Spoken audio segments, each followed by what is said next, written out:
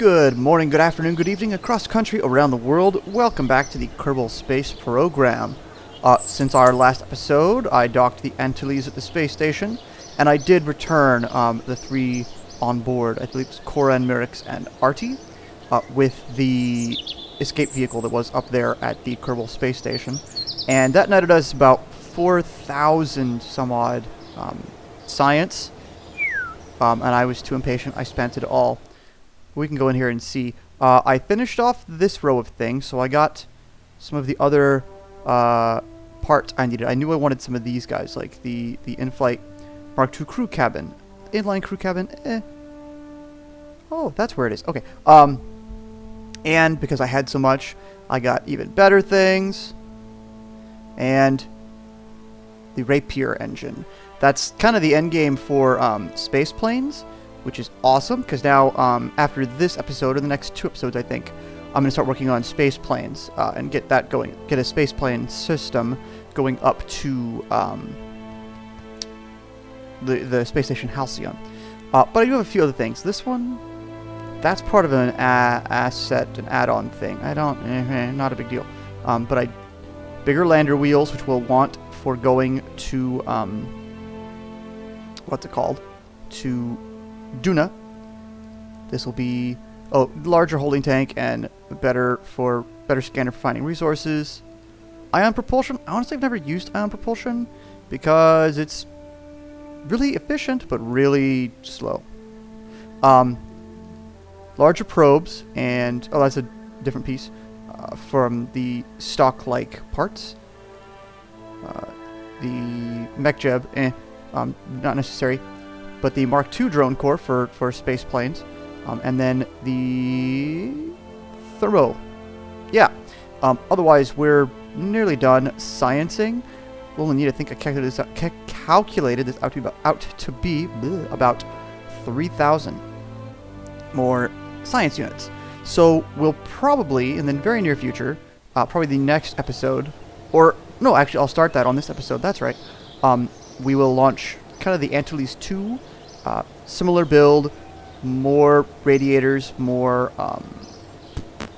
drills, different landing configuration, and of course an antenna. We'll get that going to the moon.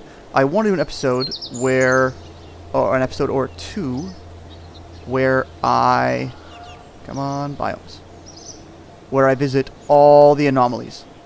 I know I've been to this one. Did I not plant a flag? That's lame. Well, anyway, we'll visit them all again. I think this one is the arch. Pretty sure I planted a flag there. Does this make it look different? No. So, anyway, we'll visit all of the anomalies. We'll do a bunch of hopping, and visit all of them. That might take an episode or two. But first, I could do that, but I don't want to send it and run out of time and miss my window for Kerbin and Duna. That being said, we're going to go and send ScanSat Duna, ScanSat Ike. Yeah, we're going to send these guys into... Actually, let's focus on Kerbin. Ooh, excuse me. We're going to send them on their trajectory to Duna. So let us time accelerate. Just going to let it go, and the Kerbal alarm clock, here we go. Slowing us down.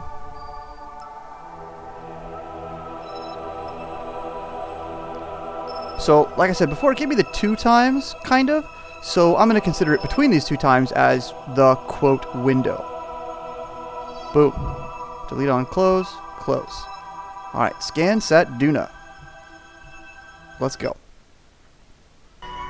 Alright, so we are here with ScanSat Duna. I admit I had to take a moment to make sure and research, make sure I knew what to do, when to blow this thing, how to set it up.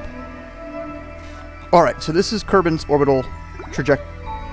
This is Kerbin's orbital trajectory around Kerbal. We want that more or less up and down. We want to launch when we're about over here. Add maneuver. We're just going to burn it prograde. Let's bring this guy up so I get some information. Obviously, to escape Kerbin's sphere of influence is about 950-ish. pop. Oh, almost, not quite. And pop. Oh, that was a min-miss encounter, I think. There we go. So a little less than 950, but still. So there we are with that. That is us escaping Kerbin. We're still a little bit inside though. So I think the trick is to burn a little bit more prograde. Yeah, and that will raise our overall orbit.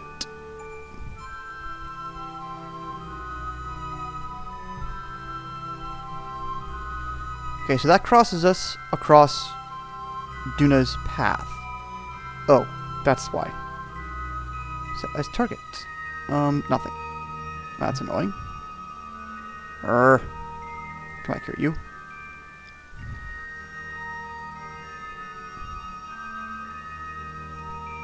Oh, so there we go. So now we got some close approaches, which is great. We try backing off a little bit, but we're going to come to the point where we're going to pull out from meeting Duna's orbit, but that's okay, because we can burn in other ways that can help us. Come on. Come on. Okay, that brings it closer, and I think we can burn retrograde. Ooh.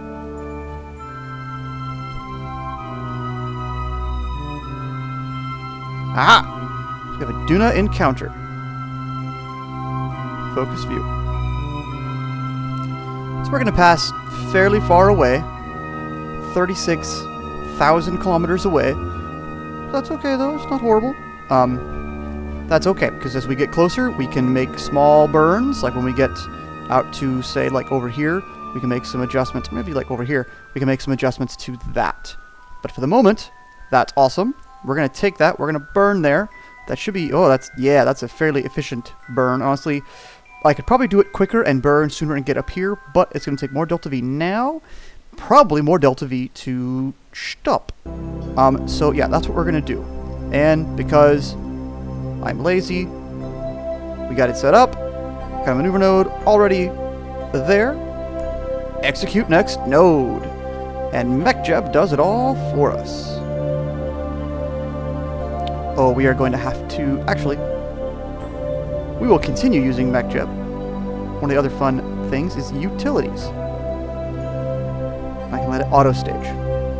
So now it'll know that once all the fuel is burnt out of this guy, switch over to these guys. And we're going to go from a hefty almost 5 thrust-to-weight ratio to a 1.07, which is not much. So all these numbers are going to be wonky, but I'm trusting the maneuver node and the maneuver planner to make it happen, to get me there.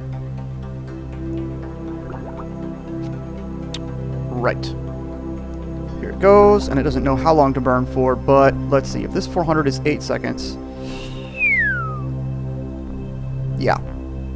I'm guessing this thing's going to be like a 20-second burn? Because if that, no. Well, maybe, because it's basing it off of this engine. Yeah. Yep, I was close.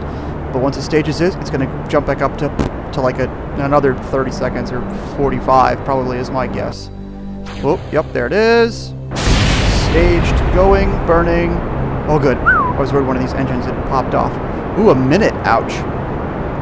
But that's okay. The maneuver node will do what it does, and it will get us an encounter to Duna.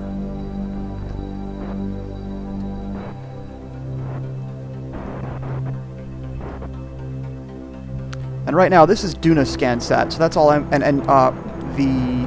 What is it? Ike ScanSat? I'm going to do about the same exact maneuver just to get an encounter. And then once we are encountered, we can close things up, and we can engineer an encounter with Ike for the Ike ScanSat. But that'll come in a minute. Or that'll come, actually, 246 days. Wow, that's far away. It should be sooner than that, but that's how it's going to happen. Oop, there it goes.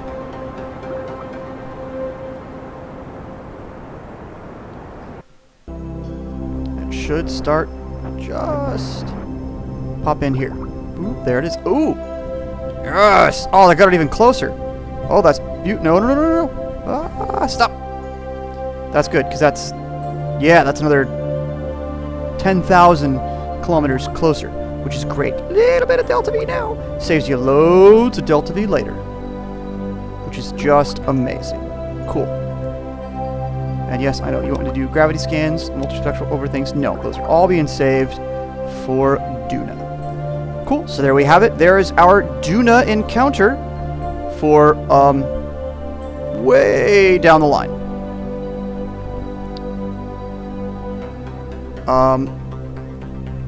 No, I still got lots of time until the window kind of closes. Yeah. So, and I didn't even play with the maneuver node that much.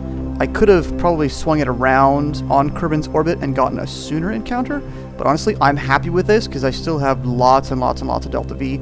I'll take longer time because honestly, it's going to take time to get there, and it's going to take time for everything to line up again for the next transfer window to Duna for our manned mission. So time is fine. It'll have plenty of time to get there, plenty of time to do all of its orbits to gather the ScanSat data that one wants, and then we'll be fine. Jewel, Elu, Drez. Oh, that's Drez. Okay. Yeah. So that's that one. I'm going to launch the ScanSat Ike and get him going. And then I'll probably play with Ikes and see what I can manipulate for a better encounter. I'll catch up with you guys in just a bit once I have done that. Alright, so we are back with ScanSat Duna. I sent ScanSat Ike off on his way and actually got a little more costly but a better encounter with him. But I was looking at Ike and ScanSat Ike, I realized I have a small design flaw. See this here fuel duct? Do you see a companion fuel duct on this side? I checked because when Ike auto staged, it had the big explosion, and I was just oh man. So if you look at it, oh, stay up, liquid fuel. Oh, come on, show the other one. Really, you're just gonna go show two of them? That's lame. All right, fine. But this guy's compared to this guy. Yeah. Something's a little weird here. So that's fine. There's still lots of fuel, lots of delta V, lots of time in these. I'll play with those a little bit later to get them balanced out. I'll have to do the same with Ike. But for the moment, since we're here, I want to, because I think I figured something out with Ike there. Nope, still set as target. But focus view. So I'm going to try to fine-tune my encounter a bit from way out here, because I think fine-tuning it out here is going to help make things better later. It'll cost way less fuel, too. So I was with Ike, I burned just purely retrograde, slightly, and it was able to suck the periapsis in, which this is slightly. We're so far below it, I don't think that's really going to help much. Let's try going, are you normal? Anti-normal, yes, normal. Let's try going normal, and that'll bring it up. Yes, and this is just one tap of shift, so it's barely using any fuel. The three engines back here are just going to go put, put, put, put, put, put, put, put. So good, that's bringing it up and in a bit closer as well. But yeah, I think a teeny bit of fuel now, lots of hassle later. Kind of hard to judge the planes here, but that's okay. It's not the end of the world as long as we can get it kind of close.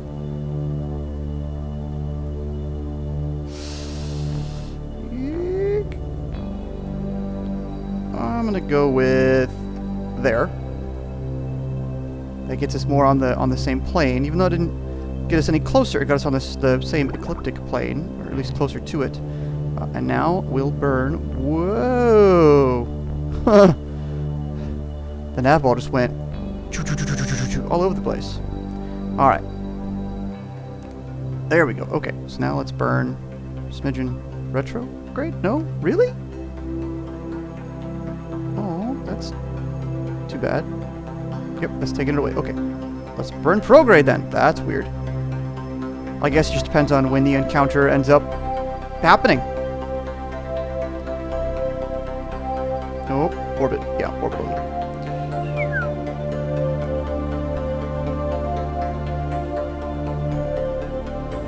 I'm sorry.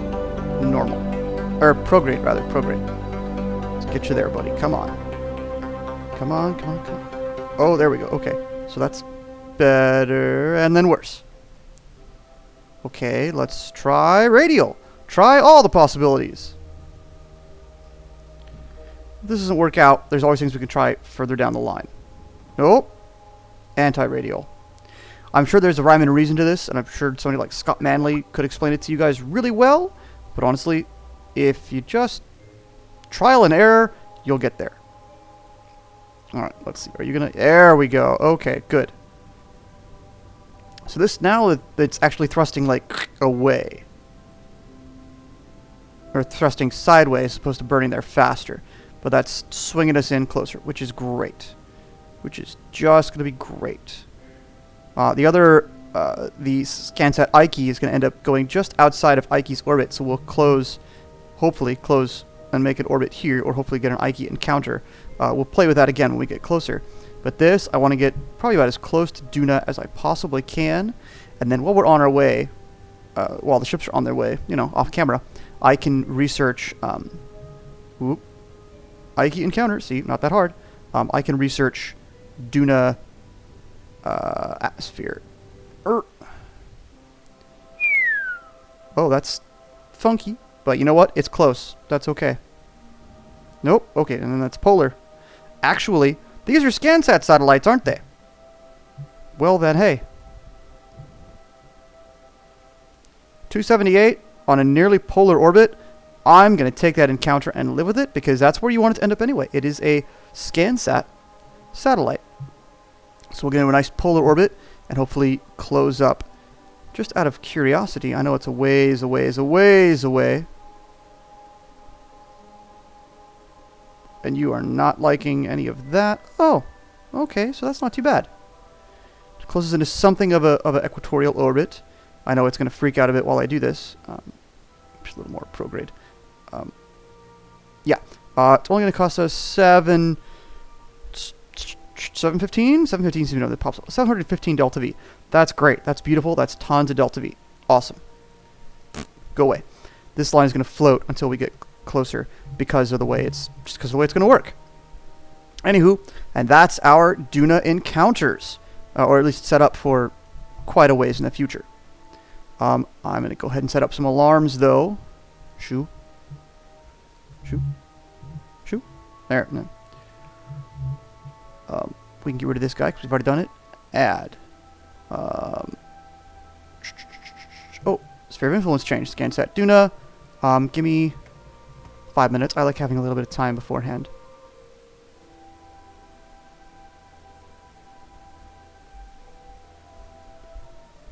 Add alarm? No, not that one. Oh, it wants to give me the Kerbin sphere of influence change when we actually enter the sun's orbit. No. Okay. Anyway, I'll set these up so that we have a timer to go off of. And then I'm going to do some stuff. I'll see you guys on the moon. Alright, so we're now on the moon with what I have for now dubbed the Antilles Mark II. As you can see, it's a bit more radiatory, twice the harvesty, and I bound? Yeah, I did a bunch of custom action groups to bind those, but with double the things, it's great. They should be... Oh, they're still warming up because I just started. But they're not doing too bad. But they are already... We're climbing up. I've only had it at one speed for a short time, and they're already climbing up. I've only been here for about 5 minutes. But, thanks to MechJeb and the combination of, what's it called? ScanSat and MechJeb's lander guidance, I was fortunate enough to land really close to an anomaly. This is the one I've seen other folks go to probably about the most on the moon. That is the... I think it's the Neil Armstrong. I was about to say Kerbal Armstrong? No, different guy. I've already sent Corin out there, so let's jump into him. Boop, boop, boop, boop. We'll do all the things from right at the foot of it there. Alright, let's get him moving. Jump.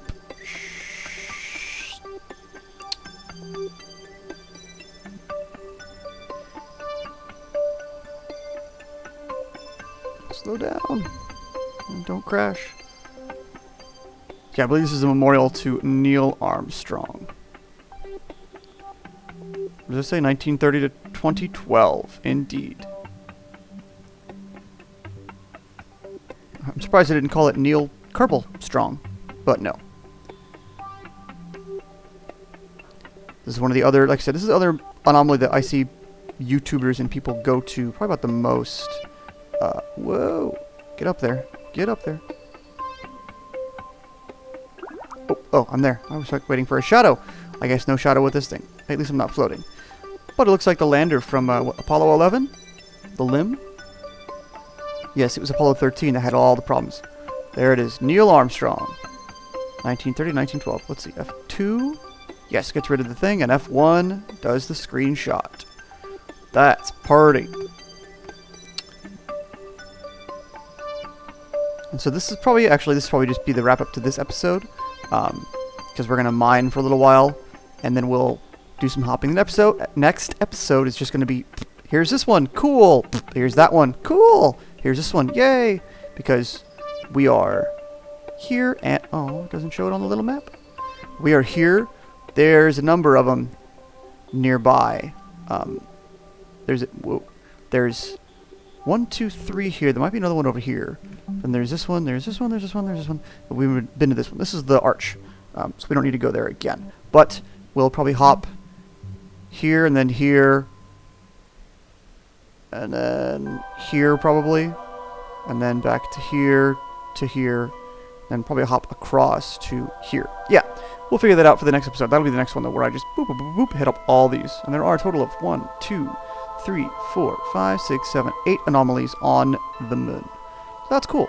I do want to at some point also, probably while I'm waiting for things to happen, I think I'm going to build a air breathing, craft, and go to, what's it called? Go to the anomalies on Kerbit.